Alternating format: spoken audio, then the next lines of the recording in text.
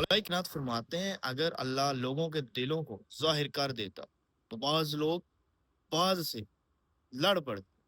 مولانا کائنات اس قول میں انسانوں کی نیت کی حقیقت کو بیان کیا ہے کہ اگر لوگوں کو ایک دوسرے کی نیتوں کا علم ہو جائے تو وہ ایک دوسرے سے دور ہو جائیں اور آپس میں تعلقات میں دراڑ آ جائے گی۔ اس لیے اللہ تعالیٰ نے لوگوں کے دلوں کو پوشیدہ رکھا ہے تاکہ معاشرتی تعلقات قائم رہے اور لوگ ایک دوسرے کے ساتھ حسن سلوک سے پیش آئیں۔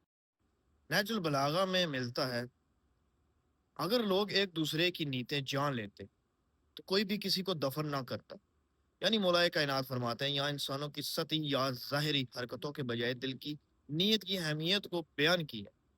انسان اکثر دوسرے کے اعمال کو دیکھ کر فیصلہ کرتا ہے اور بعض اوقات الزام یا دشمنی پیدا کرتا ہے، مگر اگر ہر شخص کو معلوم ہو کہ دوسرا شخص دل میں کیا سوچ رہا ہے تو نقصان یا جھوٹے فیصلے نہ ہوتے اور اگر ایک دوسرے پر رحم اور شفقت کے ساتھ پیش آتے۔